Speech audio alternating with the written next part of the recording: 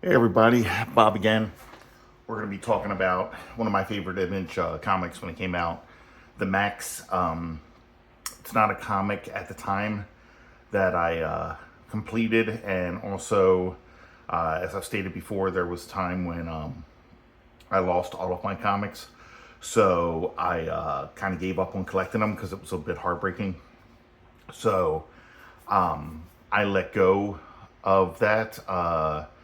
But later on, I think it was just a couple of years ago, I read the complete Maxx online and was pretty damned amazed about it. Just it made me kind of sad that I didn't continue on with it. And I'm not even sure it exists, but maybe there's an omnibus, a Maxx omnibus out there or something that like collected all of these. Because I believe there maybe was like, I don't know, 50 or 60 issues, maybe. I don't know. It never hit the triple digits, I don't believe. So I know that they probably could have, put it out there like that.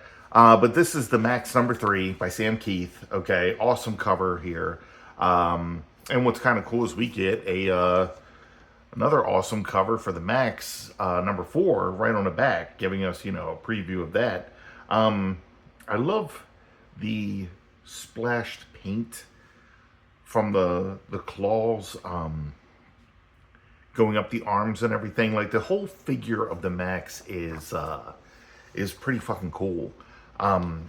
Very unique looking character, considering that he has these claws that are very, would be considered like Wolverine-ish, and he was an artist who had done Wolverine at one point. But here we go into Maxx #3 here. The dialogue is by Bill Mestnerloeb's, story and pencils, inks by Sam Keith. Okay, and of course we have Steve Oliff on colors. And on this book, that is something that just really works out. The colors just work so well with a lot of the Sam Keith artwork, as we'll see in this one. Like, look at this. All of this is just freaking amazing, right? It's wild that we get something like this, and then we also get something like this. Okay, but basically, what we're being shown here in these panels is that we have something called the Gimtit, or Outback Slug, which can leap nearly a quarter mile straight into the air, but has never mastered the art of landing, so he just dies from stupidity. And then we have the Great Northern Crabbit, who can jump and land, but it has a natural enemy, and that enemy is the Is, okay? And that the Ises can jump and land, and they have no natural predators except the Maxx. Okay, so I thought that was kind of a cool beginning that we get there. But the Maxx here is chasing after an Is, if you remember from last issue, that's dressed as an old woman. So most of the people in the street and everything will see an old woman. Now, when the Maxx jumps out here, he's saying that everybody here is like gawking at him, thinking that it's crazy that he would chase down this old lady. And it just kind of doesn't look like that's what's happening. It kind of looks like everybody's just going about their business, or maybe not paying attention at all to what's happening. This creature is easily, in this picture, okay, freaking 700 pounds of mass, okay, barreling through, and it's almost like nobody here like notices, which is also weird because we've had the police arrest him and put him in jail in the first issue. I don't know. This is a crazy deal here, but I do like the way that he puts the Maxx here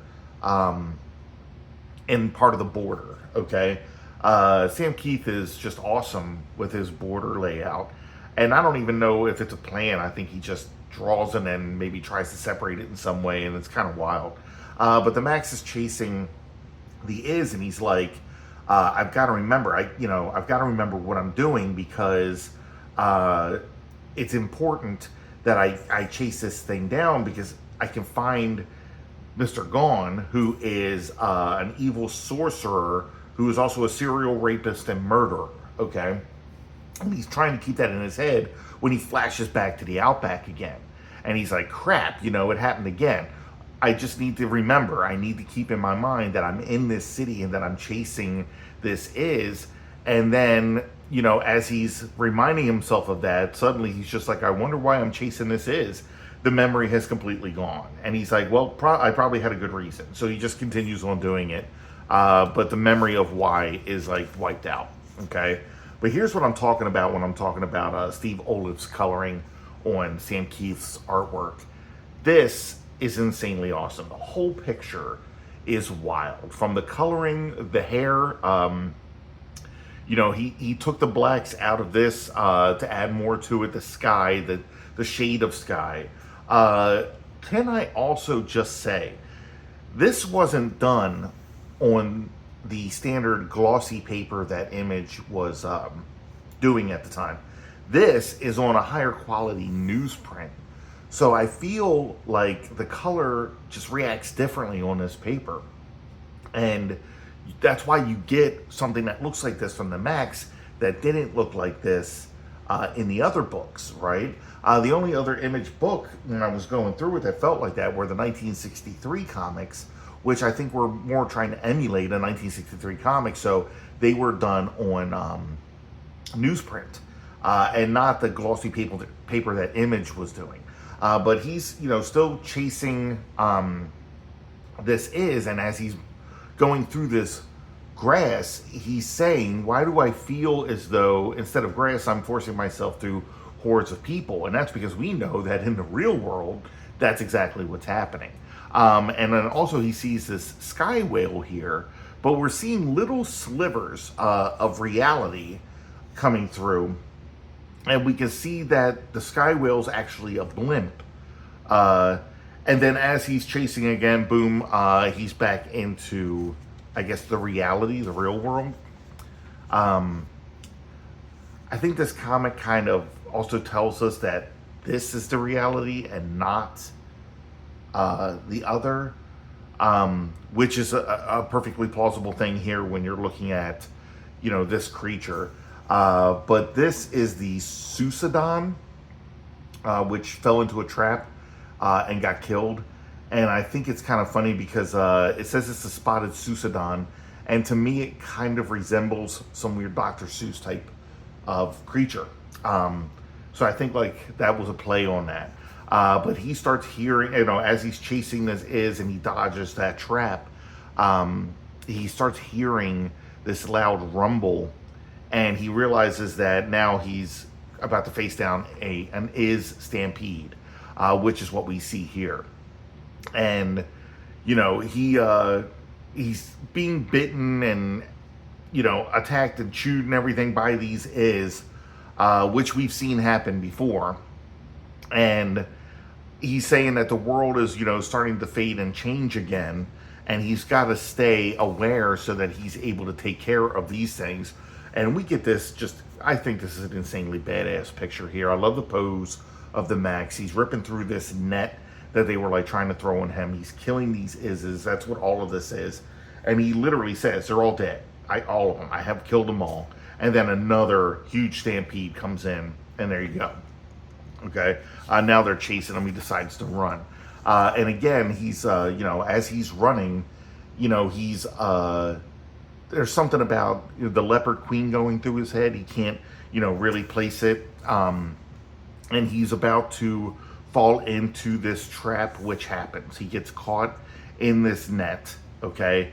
And I think comes back to the free world, right? Or the real world, not the free world. But there he is, okay? He had this weird thing with the little doll that we saw the Jungle Queen with when she had ripped its head off. And he wakes up in a bathroom, and he literally says, I hate waking up from somebody else's nightmare. I especially hate it when I wake up in somebody else's bathroom, okay? And then he's like, well, how do I even know it's a bathroom? How do I know what leaky pipes are and all of this? I shouldn't know what any of this stuff is because it's not, as you can see, he's still got the mane, which he has when he's in the Outback. So it's like he's not fully in the real world right now, okay? So he starts to turn the shower nozzle or the sink nozzle or whatever to stop the water from dripping. And when he had hit it in a certain direction, it just ended up splashing him across the room, apparently, like with so much force. I don't know. This reacted like a fire hydrant or something like that. And then we see this person come in, which is obviously Mr. Gone, wearing a mask, okay? And he's like, he uses the mask to frighten the natives away from his harvest of collecting is and animals to feed the is. And he's like, don't worry, it's just me, man of two worlds, a master of the skies, okay? And he says, give this to Julie Winters when you see her, which is a big smack to the face, apparently. And then the Maxx jumps on him and just starts going to town, right? He destroys the mask with his claw. Mr. Gone's fighting, tooth and nail, trying to stop the Maxx from killing him, right? And the Maxx is calling him names. And he's like, it doesn't, you shouldn't be talking like that or using that naughty language and such, right? Because Mr. Gone, he's just, he's gone, okay? And he's like, and you're a lot stronger on this side. I'll have to remember that. So, there are two sides. Mr. Gone's from the other side. He had stated before that the white is from the outback turns to black is in the real world, and then they can mimic like whatever, they're dressed as, whatever costume they're wearing. And then he starts telling Maxx that we can't waste time like this. And the Maxx is like, I fight evil and you're evil. And Mr. Gone is like, that's just it. You're no superhero. You're a protector. Okay. You're the Leopard Queen's protector. Okay. Something happened where she got hurt. And when she got hurt, well, before that happens here, he tells him that he can convince him that he is the Leopard Queen's protector and that nothing that he thinks is real is really what it is. And he says he could do it with one word, and that one word is mommy, which is the same word that we see that little creature saying when he woke up from what he said was somebody else's nightmare. And Mr. Gone is like, you see, I know about the dream. I know about the doll. I know everything. Okay, I know who you really are, who you were before you found the mask lying in the mud, and what you are behind the mask, though you've been too cowardly to look. So that gives us like a lot, here. He found this mask in the mud. He put it on, became the Maxx, okay? Mr. Gone knows who it is under that mask. And he's apparently too scared to look and see, what it is or whatever, because now he's adopted this identity, okay? And he's like, tell me. Mr. Gone's like, maybe later. The truth about you is only embarrassing. Julie's truth could destroy her, okay? So he starts saying how Julie had something that hurt her, and he wouldn't go into what it was, okay? But he said that when she was hurt, she created a fantasy world for herself, a place where she would have control. And you've got to get back there to the city, find her and protect her, keep her from knowing too much of the truth at all once, for the truth will destroy her, okay? All right, that's, seems weird, but, the Maxx goes back, and then, of course, we have, Julie and the Maxx sitting on the edge of this building, I guess, with the Maxx cutting her toenails. And, he's, he makes a funny joke. He's like, do you think we're ready for this, for toenail clipping at this stage of our relationship? And she's like, ho, ho, funny. And she's like, you're too careful. You really got to get in there and get those babies, right? I'm sorry, I am not a foot person. This drives me insane. I can't stand it. Ugh. But anyway, so the Maxx starts telling her about, like, what's happened, okay? He says, Gone told me how 3 years ago a young architectural student was beaten and raped and left for dead. And Julie is just like,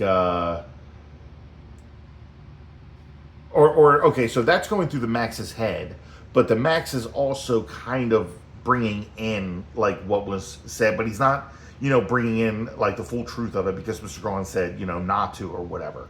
But we're getting the story, okay? And it says when she got out of the hospital, she used all her tuition money to set up a new life as a freelance social worker, trying to help other victims of the urban nightmare, okay? And she's like, here's her where it's like, I hate whining and I hate professional victims, and all day long I hear sob stories from idiots who can't cope, so they pick something to blame, okay? So, she's telling people to toughen up, which I think is like a thing where she's trying to tell herself to toughen up, that she wasn't a victim, that, here it is again. It's like, I was robbed, I was raped, nobody loved me. Time out, everybody's got to take responsibility for their own life, So that's how she put it, right? She doesn't want to be a victim. She doesn't, we're getting a lot of insight into who Julie is and what Julie's doing. And now we're kind of getting the idea of like what's going on with this Jungle Queen and with Maxx, okay? And so the Maxx's thing, or this from the story that Mr. Braun told to Maxx, is that the woman used her position to build a wall around herself. She helped people by controlling them, hoping to smother her own pain, okay?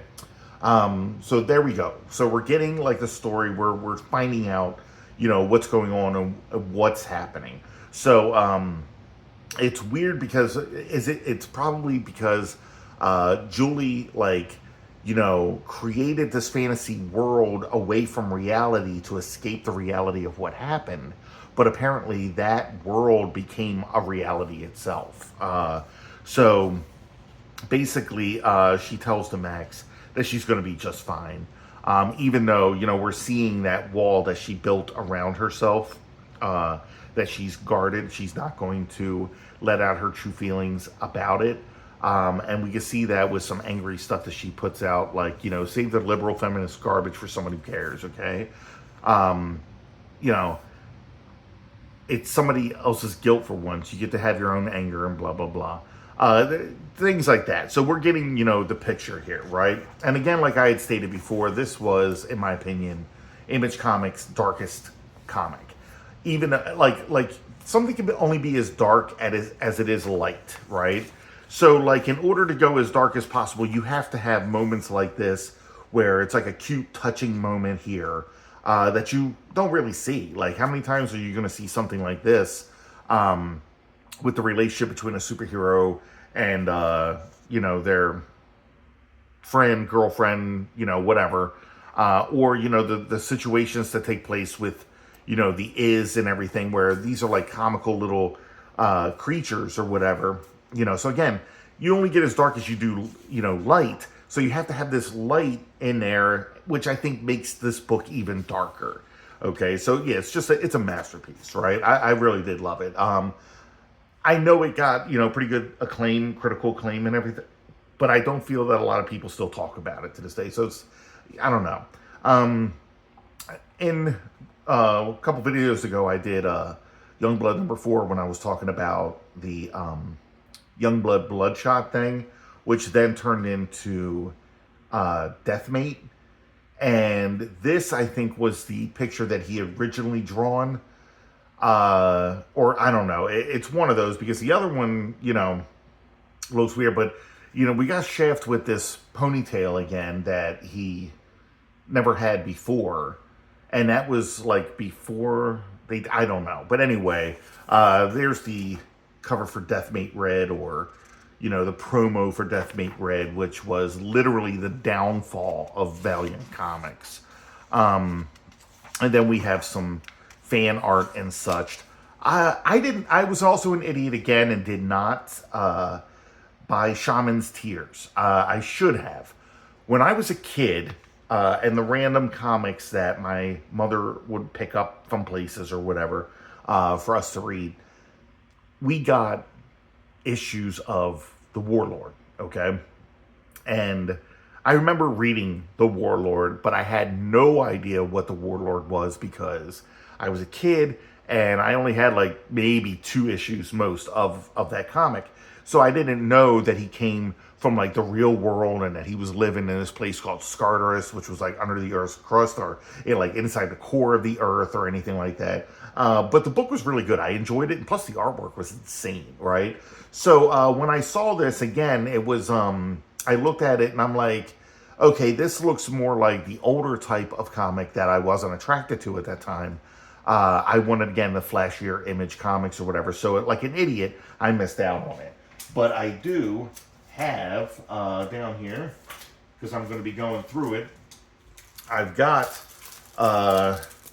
Shaman's Tears 1, 2, and 3. So at some point, I'm going to be reading them. Seriously, I went to this comic book store like 2 weeks ago, and they have dollar comics there, and they were having a sale for like 3 for $1. And I just bought a shit ton. So I got like, 200 comics for almost nothing, and a lot of them were Image comics, which is kind of just a little heartbreaking, but it also makes sense because those comics were selling like millions of copies. So there's an overabundance of them out there. There's Union, Mark Teixeira. That was also some good artwork, but I don't really remember the story. Okay, guys, so that was Maxx number 3. I want to thank you guys for watching. If you liked the video, please hit like so that my channel can grow. And if you want to see more, hit subscribe. Thank you. See ya.